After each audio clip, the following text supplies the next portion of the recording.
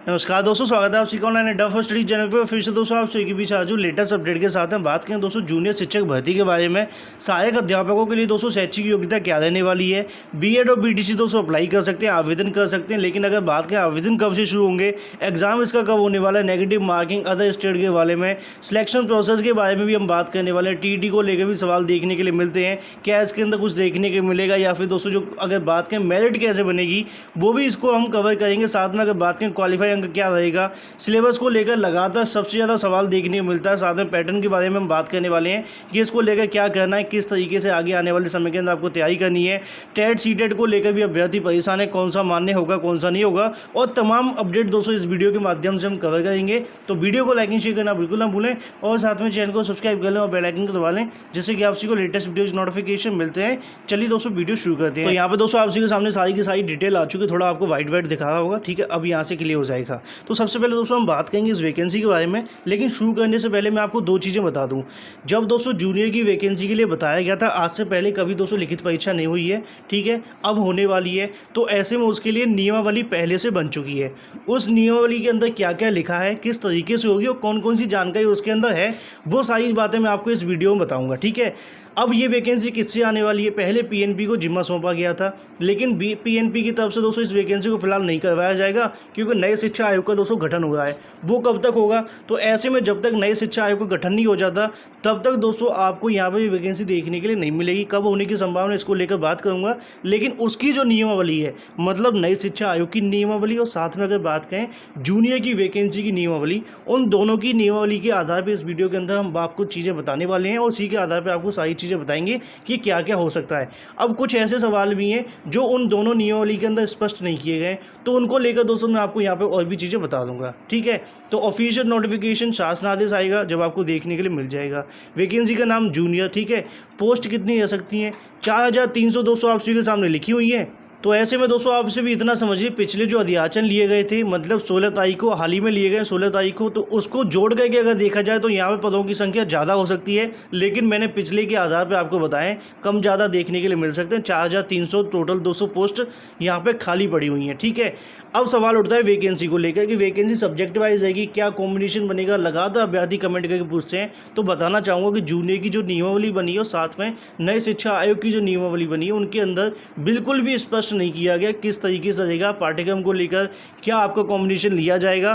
तो ऐसे में इस सवाल का जवाब दे पाना कहीं ना कहीं दोस्तों आपके लिए समस्या क्रिएट कर सकता है। तो फिलहाल दोस्तों आपको यहाँ से थोड़ा सा पेशेंस रखने पड़ेंगे, यहाँ पे अभी कुछ भी नहीं बताया गया, ठीक है। अब ऐसे में कोई आपको बता भी देता है तो दोस्तों वो सिर्फ अंदाजा हो सकता है, उसके आधार पर देखने के लिए मिलेगा। अब सवाल उठता है कि मेरिट कैसे बनने वाली है। मेरिट को लेकर मैंने आपको थोड़ा बताया भी, आपने पहले वीडियो देखे होंगे। 69,000 के अंदर आपकी मेरिट बनी थी, जैसे कि अगर बात करें 10% लिया गया था, तो 40% दोस्तों ले लिया गया था। फिर उसके बाद में 60% आपका लिखित परीक्षा से था, तो उसी के आधार पर जो आपकी मेरिट बनने वाली है, जैसे कि बेसिक की तर्ज पर दोस्तों आपको यहाँ देखने के लिए मिलेगी। 69,000 के अंदर आपने देखा होगा, जिन्होंने दिया है और जिन्होंने नहीं दिया है उनके लिए दोस्तों बताना चाहूँगा 10वीं 12वीं का 10%, और साथ में अगर बात करें ग्रेजुएशन और बीएड का दोस्तों यहाँ लिया जाएगा, और साथ में 60% जो होगा वो लिखित परीक्षा का होगा। टोटल 100% हो गया। अब सवाल यहाँ पे देखने के लिए मिल जाता है कि ग्रेजुएशन का 50% लिया जाएगा कि नहीं लिया जाएगा। तो जूनियर की जो नियमावली देखने के लिए मिली है, उसके अंदर बीएड के लिए स्पष्ट तौर पर लिखा हुआ है कि 50% ग्रेजुएशन के अंदर होना चाहिए। ऐसी चीज़ें दोस्तों वहाँ पर लिखी हुई हैं। अब आने वाले समय के अंदर जब ये वैकेंसी आएगी तो यहाँ पर दोस्तों इसको स्पष्ट कर दिया जाएगा। अभी दोस्तों जो नियमावली के आधार पर मैंने आपको बता दिया है। पेपर के पैटर्न को लेकर अभ्यर्थी पूछते हैं किस तरीका का पेपर आएगा, क्या 69,000 वाला आने वाला है। देखो हो सकता है कि सब्जेक्ट वाइज पेपर करा लिया जाए, या फिर अगर बात करें ऐसा भी देखने को मिल सकता है कि 69,000 के आधार पर आपको पेपर करा लिया जाए। तो पेपर पैटर्न को लेकर जैसा कि मैंने आपको बताया कि अभी तक कुछ भी स्पष्ट नहीं किया गया, पाठ्यक्रम अभी बिल्कुल तय नहीं है। तो पेपर का पैटर्न क्या रहेगा दोस्तों, आप सभी चीज़ों को पढ़ते ही, जैसे 69,000 का सिलेबस है, कुछ ऐसा पढ़ रही है जिससे कि आपको चीज़ें हेल्प करेंगी आने वाले समय के अंदर। हो सकता है कि ऐसा पेपर करा लिया जाए, लेकिन दोस्तों अभी स्पष्ट नहीं किया गया है। तो जूनियर का जो सिलेबस रहेगा उसके बारे में कहीं ना कहीं अभी दोस्तों प्रश्न बना हुआ है। पेपर के पैटर्न के बारे में नंबर ऑफ क्वेश्चन को लेकर बात करूं, पैटर्न तो ऊपर बता दिया है। तो नंबर ऑफ क्वेश्चंस को लेकर नियमावली के अंदर लिखा हुआ है कि 150 क्वेश्चन आपको देखने के लिए मिलेंगे, जो कि ऑब्जेक्टिव टाइप होंगे। हम लिखित परीक्षा तो बोलते हैं, 69,000 को भी हम लिखित परीक्षा बोलते हैं, लेकिन लिखित का मतलब ये नहीं होगा कि आपकी सब्जेक्टिव टाइप की होगी कि आपको हाथ से लिखना पड़ेगा। ऑब्जेक्टिव को ही दोस्तों यहाँ पर ज़्यादातर लिखित परीक्षा बोला जाता है, और ऐसा लिखा भी हुआ है। तो लिखित को आप ऑब्जेक्टिव ही समझ करके चले, ऑब्जेक्टिव पेपर आपको देखने के लिए मिलेगा। ये दोस्तों मुझे उम्मीद है आप समझ गए होंगे। अगर मैं बात करूँ नए शिक्षा आयोग की नियमावली को लेकर, ठीक है, जब मैं उसको पढ़ रहा था, आप सभी ने पुराने वीडियो देखे होंगे, तो उसके अंदर मैंने आपको बताया था कि जैसे 69,000 आपकी हुई है, वहाँ पे क्या देखने को मिला था, यहाँ पर दोस्तों आपको समय दिया गया था 2.5 घंटे का, है ना। लेकिन यहाँ पे आपको जो समय दिया जाएगा उसके आधार पर बता रहा हूँ, हो सकता है समय आपको बढ़ा दिया जाए, 2 घंटे दोस्तों उसके अंदर लिखा हुआ है। तो ऐसे में अगर बात करें नए शिक्षा आयोग के आधार पर, तो दोस्तों यहाँ पे आपको देखने मिलेगा लगभग दोस्तों 2 घंटे का समय। बाकी हो सकता है इसको समय को आगे बढ़ा दिया जाए, अगर समय कम होगा तो नंबर ऑफ क्वेश्चन भी कम हो सकते हैं, ये भी चीज़ दोस्तों आपसे याद रखिएगा, ठीक है। अब सवाल उठता है सिलेबस के बारे में। जैसा कि मैंने आपको स्टार्टिंग में बता दिया है कि नियमावली के अंदर साथ में जूनियर के दोस्तों जो नियमावली है, दोनों की अलग अलग नियमावली जारी कर दी गई है, लेकिन उसके अंदर कुछ भी सिलेबस को लेकर स्पष्ट नहीं किया गया है, ना ही कुछ बताया गया है। तो ऐसे में कहीं ना कहीं दोस्तों इस चीज़ को लेकर आपको थोड़ी परेशानियाँ देखने की मिल सकती हैं। लगातार अभ्यर्थी सिलेबस के बारे में पूछते तो हैं, लेकिन अभी ऐसा कुछ दोस्तों यहाँ पे बिल्कुल स्पष्ट नहीं जिसके आधार पर आपको बता दिया जाए। हो सकता है दोस्तों 69,000 जैसा पेपर करा लिया जाए, लेकिन कह नहीं सकते हैं कि ऐसा देखने को मिलेगा, क्योंकि यहाँ पर सब्जेक्ट कॉम्बिनेशन मांगा जा सकता है, किस आधार पर साइंस आर्ट साइड को लेकर सारी चीज़ें दोस्तों आपको देखने को मिल सकती हैं। तो फिलहाल अगर बात करें इसको लेकर, थोड़ा सा दोस्तों क्वेश्चन मार्क है, और जब तक क्लियर नहीं हो जाता तब तक दोस्तों इस पर कुछ कह पाना थोड़ा मुश्किल रहेगा। तो ऐसे में दोस्तों आप लोग इसके विज्ञापन को थोड़ा सा पेशेंस करें, या फिर जो आने वाले समय के अंदर कोई गाइडलाइन आती है तो उसका आप लोग इंतजार करें। बाकी मैं कोशिश करूँगा कि दोस्तों कुछ चीज़ें होंगी तो आपको बता दूँ। अब सवाल उठता है कि अपीलिंग अलाउ होगा कि नहीं होगा। बिल्कुल भी नहीं होगा। अगर आपका रिजल्ट उस विज्ञापन की दोस्तों जो आपके फॉर्म भरे जाएंगे ना उस तक आ जाता है तो आप लोग इसके अंदर आवेदन कर देना, नहीं आएगा तो 69,000 के अंदर आप लोग देख ही रहें, अपीलिंग वाले अलाउ नहीं है। पासिंग मार्क पहले से रखा जाए तो बेहतर है, इसलिए मैंने यहाँ पे लिखा हुआ है कि 60%, जैसा कि आप सभी ने देखा बाद में समस्या हुई, 1.5 साल भर्ती अटकी रही, तो यहाँ पे पहले से लगा दिया जाए। कुछ ऐसे भी अभ्यर्थी होते हैं जो कि अदर स्टेट से होते हैं 69,000 के अंदर जैसा कि हैं, अब वो चाहते हैं कि इसके अंदर वो आवेदन करना चाहते हैं, तो उनके लिए क्या रहेगा, तो उनके लिए बताना चाहूँगा कि उसके अंदर दोस्तों वैलिड हो सकते हैं, लेकिन एज ए जनरल आप इसके अंदर फाइट करेंगे, चाहे आप SC हैं, ST हैं, या फिर अगर बात करें, जैसा कि दोस्तों मैं आपको बता देना चाहता हूँ कि जो आपको देखने के लिए मिलते हैं फ्रीडम फाइटर वगैरह, PH कैटेगरी, मतलब किसी प्रकार का आपको कोई भी यहाँ पे आरक्षण देखने के नहीं मिलेगा, ठीक है। तो अदर स्टेट दोस्तों वैलिड तो है, लेकिन एज ए जनरल आप फाइट कर सकते हैं सामान्य की तरह, ठीक है। अब एलिजिबिलिटी क्राइटेरिया की अगर बात करें, कौन कौन इसके अंदर आवेदन कर सकते हैं, BEd और BTC DLEd वाले दोस्तों इसके अंदर बड़ी आसानी से आवेदन कर सकते हैं, कोई समस्या नहीं है, सभी दोस्तों इसके अंदर अलाउ कर दिए गए हैं। BTC को हाल ही में दोस्तों आवेदन के लिए अलाउ किया गया था, जब BEd के अंदर, जैसा कि BEd प्राइमरी में आया था, उसके बाद में दोस्तों दिसंबर के अंदर ही नियमावली जो है संशोधित नियमावली आई थी, तो उसमें BTC को यहाँ पर अलाउ कर दिया गया है। अब ऐसे में बहुत सारे अभ्यर्थी होंगे जो जिनके पास में BTC का दोस्तों अगर बात करें, BTC की तो है लेकिन उनके पास में टेट नहीं होगा। अब टेट ना होने की वजह से समस्या उनको देखने के लिए मिल सकती हैं। लगातार दोस्तों मैंने उनको कहा भी था, जब पिछली बार TET आया था तो उस TET का रिजल्ट काफ़ी ज़्यादा ख़राब भी रहा था, लगभग 11% दोस्तों लोग उसके अंदर पास हो पाए थे, बाकी सभी दोस्तों फेल हो गए थे। तो ऐसे में आपके पास अगर बात करें BTC अगर आप हैं तो आपके पास अपर लेवल का TET होना चाहिए। जो लोग कमेंट करके ये पूछेंगे कि प्राइमरी का TET इसके अंदर वैलिड होगा, तो बिल्कुल भी वैलिड नहीं होने वाला है, इस चीज़ को आप सभी नोट कर लीजिएगा, ठीक है। अब सवाल दोस्तों यहाँ पर देखने के लिए मिल जाता, मैं आपको बताना चाहूँगा टेट और CTET को लेकर, ठीक है। टेट और CTET दोस्तों अगर बात करें, अभी तक TET तो वैसे अलाउ है ही है, CTET भी इसके अंदर अलाउ कर दिया जाएगा आने वाले समय के अंदर, तो आप लोग पेशेंस रखिए विज्ञापन आने तक का।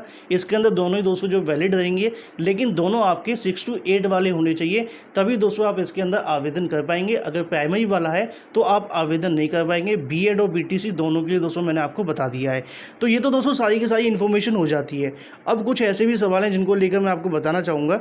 सबसे बड़ा सवाल देखने के लिए मिलता है कि आवेदन कब से शुरू हो सकते हैं। जैसा कि दोस्तों मैंने आप सभी को पहले भी कई बार बताया, आज ही बताना चाहूँगा, जिस दिन नए शिक्षा आयोग का दोस्तों गठन हो जाएगा, वैसे सब कुछ हो चुका है, मैंने ये भी आपको बता दिया है कि फिलहाल सदस्यों के नाम सब कुछ हो चुका है। बस दोस्तों एक होता है कि हाँ बस तैयार हो गया, दुकान खुल गई है, तो ऐसा दोस्तों यहाँ पर देखने के लिए मिल जाएगा। उस दिन के लगभग 1 से अगर बात करें 2 हफ्ते या 3 हफ्ते के अंदर आपको एक वैकेंसी देखने को मिलेगी, जो कि सबसे पहली वैकेंसी होगी, वो दोस्तों आएगी 4,000 शिक्षक भर्ती। पद ऊपर नीचे भी हो सकते हैं, ठीक है। तो ऐसे में दोस्तों जिस दिन आपको नया शिक्षा आयोग देखने के लिए मिलेगा उसके बाद आपको नई वैकेंसी आ जाएगी। कब तक आने की संभावना है, हाल ही में मुख्यमंत्री योगी आदित्यनाथ जी ने मीटिंग की थी, मुझे उम्मीद है आपको पता होगा, इसी महीने की बात है, जहां पर नए शिक्षा आयोग के गठन के बारे में जानकारी ली गई थी और उसके काम को तेज़ी में लाने की बात की गई थी। तो ऐसे में मान लीजिए जुलाई हटा दीजिए, अगस्त के अंदर भी अगर हो जाता है तो सितंबर के अंदर दोस्तों आपको देखने के लिए मिल सकती है 4,000 जूनियर की वैकेंसी, ठीक है। तो TET से पहले होने की प्रबल संभावना, ये वैकेंसी TET के बाद में नहीं आएगी। अगर हम यहाँ बात करें CTET के बारे में, जो हाल ही में सीटेट होने वाला वो इसके अंदर वैलिड होगा कि नहीं होगा, वैलिड हो सकता है। जिसका रिजल्ट दोस्तों जैसा कि आप सभी को पता है कि विज्ञापन की अंतिम तारीख तक आ जाए तो बेहतर है, अगर रिजल्ट बाद में आएगा तो वैलिड नहीं होगा। अब ये वाला सीटेट कब होगा पता नहीं, क्योंकि ये दोस्तों आगे बढ़ चुका है। तो ऐसे में जो लोग सवाल पूछते हैं मैं उनके लिए यही बताना चाहूँगा कि रिजल्ट पहले आ जाना चाहिए, तो सितंबर तक हो सकता है उसमें वैकेंसी देखने के लिए मिल जाएगी। अब सवाल है कि टीईटी को लेकर क्या 1/4 जुड़ेगा इसके अंदर? बिल्कुल नहीं जुड़ने वाला है। वैसे तो नए आयोग की जो पिछला ड्राफ्ट था ना उसके अंदर देखने के मिला था, लेकिन जब ऑफिशियल नियमावली आई थी ना उसके अंदर स्पष्ट हो गया था कि टीईटी का 1/4 नहीं जुड़ेगा। ठीक है, अब सवाल उठता है नेगेटिव मार्किंग को लेकर। तो नेगेटिव मार्किंग को लेकर नए आयोग की नियमावली के अंदर कुछ भी नहीं कहा गया है। तो नियमावली में दोस्तों अगर देखा जाए तो ज़्यादातर जो वैकेंसियाँ होंगी उसके अंदर नेगेटिव मार्किंग देखने के लिए नहीं मिलेगी। बाकी जब विज्ञापन वगैरह आएगा तो आपको देखने के लिए मिल जाएगा, मतलब स्पष्ट कर दिया जाएगा। ये लगभग दोस्तों आपके सभी सवालों के जवाब हो जाते हैं। अब यहाँ पे एग्जाम डेट को लेकर समय पूछा जाता है, तो मान लीजिए जिस दिन दोस्तों आपका विज्ञापन आ जाएगा उस विज्ञापन के लगभग 2 महीने या 3 महीने के अंदर आपको एग्जाम डेट भी देखने के लिए मिल जाएगी। तो यहाँ पे दोस्तों आप मान के चलिए जनवरी के अंदर आपको पेपर देखने के लिए मिल सकता है। तो लगभग इस थंबनेल के अंदर जो भी लिखा है मैंने आप सभी को बता दिया। पेपर की पैटर्न के बारे में बताया कि 150 प्रश्न हो सकते हैं, 2 घंटे का समय देखने के लिए मिलेगा, 2.5 घंटे भी हो सकते हैं, लेकिन नियमावली के अंदर जो लिखा है वो मैंने आपको बता दिया। एग्जाम डेट कब है इसको लेकर मैंने आपको बताया कि जनवरी के अंदर हो जाएगा, सितंबर में आता है। अगर आगे बढ़ता है तो 1 महीने और आगे बढ़ जाएगा। 3 महीने से ज़्यादा का समय नहीं मिलेगा और ज़्यादा समय दिया भी नहीं जाता है। ठीक है, आवेदन को लेकर बता चुका हूँ। जैसे ही दोस्तों यहाँ पर नए शिक्षा आयोग बनेगा उसके अगर बात करें 1 महीने के अंदर अंदर आपको वैकेंसी देखने के लिए मिल जाएगी। सबसे बड़ा सवाल सिलेबस को लेकर है। फिलहाल दोस्तों कुछ भी जो है पाठ्यक्रम यहाँ पे स्पष्ट नहीं किया गया है, तो इसको लेकर थोड़ा सा आप लोग पेशेंस रखें। बाकी जो भी चीज़ें निकलती हैं मैं आप सभी को दोस्तों और भी चीज़ें प्रोवाइड कर दूंगा। अब भी दोस्तों इसके अलावा आपके मन में कोई सवाल रह जाता है तो कमेंट बॉक्स के अंदर आप सभी दे सकते हैं। मैं लाइव आकर के या फिर दोस्तों आप सभी टेलीग्राम पर ज्वाइन कर लीजिए। वहाँ से दोस्तों किसी दिन मैं आपके लाइव सेशन करूँगा तो वहाँ पर दोस्तों सभी सवालों के जवाब आपको प्रोवाइड कर दूँगा। मुझे उम्मीद है आप सभी को वीडियो पसंद आएगा। वीडियो पसंद आए वीडियो को लाइक शेयर करना बिल्कुल ना भूलें और साथ में चैनल को सब्सक्राइब कर लें और बेल आइकन को दबा लें, जिससे कि आप सभी को लेटेस्ट वीडियोस नोटिफिकेशन मिलते हैं। फ्लैश वीडियो के माध्यम से इतना ही, मिलते हैं अगले वीडियो में। Till then take care, tata bye bye and thank you for watching this video.